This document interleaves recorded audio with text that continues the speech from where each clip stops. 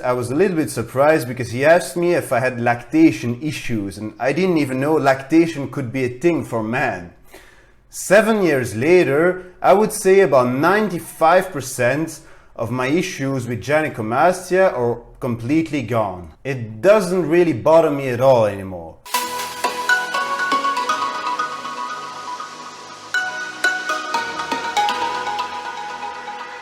Hi folks, it's Uranus and welcome back to another video. Today we're talking about boobs. No, not these boobs, more like these ones. I will tell you exactly what gynecomastia or man boobs are and the 4 critical things I did to get rid of mine without any kind of expensive surgery. I will also tell you why men with a higher body fat are much more likely to suffer from this condition. If you're not subscribed to my channel yet, now is a great time to do so. Alright, let's get to it. So what is gynecomastia? It's quite simple. It is the development of breast tissue on a man. Men are not really supposed to develop breast tissue, and this issue can be quite embarrassing and shameful to talk about. It took me years to be able to open up about this, as I started to develop real breast tissue at the age of 15 years old, and I was bullied a lot in school and in my later adult life too. Hormonal imbalances are the most common cause of gynecomastia, and trust me, I know a thing or two about hormonal imbalances. As you might already know, things are a bit fucked up in my body, and I was what could be called a late bloomer. I only started my puberty at 25 years old thanks to hormonal replacement therapy, and your testosterone to estrogen ratio is incredibly important in the case of gynecomastia. And yes, men produce and need estrogen too. This is a picture of me at 25 years old after losing a little over 20 kilograms. If you look a little bit more closely, you'll notice I'm carrying a very nice pair of B cups that fit in my hands perfectly well.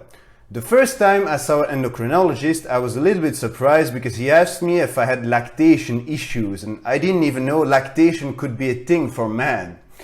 7 years later, I would say about 95% of my issues with gynecomastia are completely gone. It doesn't really bother me at all anymore.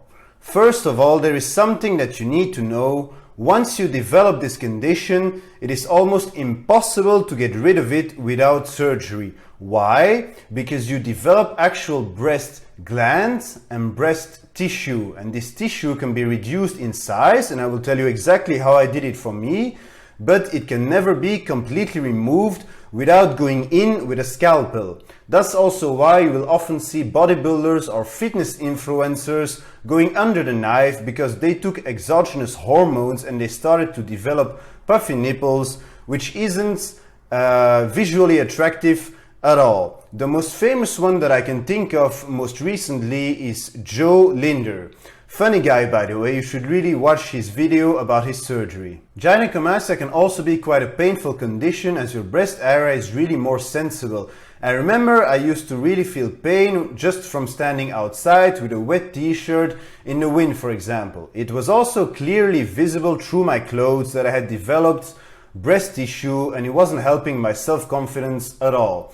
It was confirmed by a mammography and an echography that I had developed breast glands and breast tissue.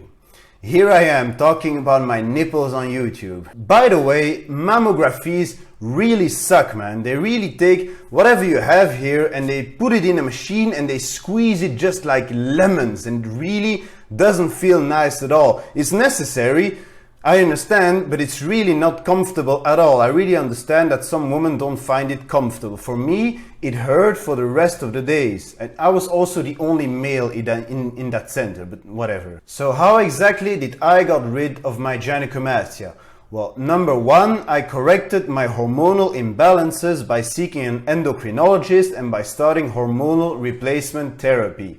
I was put on treatment and my balls were finally producing their own testosterone at the age of almost 26. I also started doing cardio and I started working out exactly at the same time, so my body was going through a lot of changes. Remember that picture with the nice B cups we saw earlier? Well, this is exactly 1 year later. Visually, my chest area got already so much better. Also, please take into consideration that my body had never been exposed, and up to that point, my body had never been exposed to a significant amount of testosterone. Which brings me to my second point, fat loss. I used to have a body fat of around 40%, and it was really important for me to get lean and lose a lot of fat to decrease the size of my chest area and my breast area. The less fat you have in there as a man, the better. Some men have a tendency to store more fat in their chest area than others. So why are people with a higher body fat more inclined to suffer from gynecomastia than others? Men with a higher body fat are more likely to develop the condition because fat cells promote the conversion of testosterone to estrogen. It is a process called aromatization. So the more fat you carry around, the more you have a tendency to mess with your testosterone to estrogen ratio. That's also why you will often see elderly people with a higher body fat develop man boobs, because their testosterone levels are lower and their estrogen levels are higher. If your estrogen is too high, you're much more likely to develop breast tissue.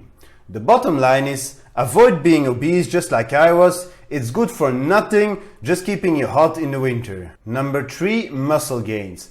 I have a genetic predisposition for gaining chest muscle. It is the muscle that responds the best to training in my body, and let's be honest, it's also the muscle I prefer to train the most. And as soon as I started gaining some chest muscle, visually it got so much better.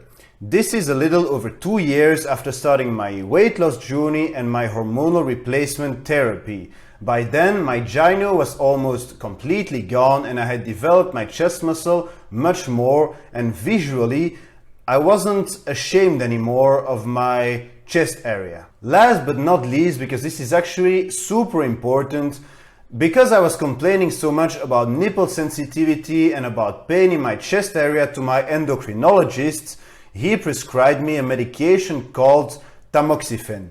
Tamoxifen is an SERM, or selective estrogen receptor modulator. In more simple words, it blocks estrogen only in your chest area. I think the commercial name for tamoxifen is also known under Nolvadex.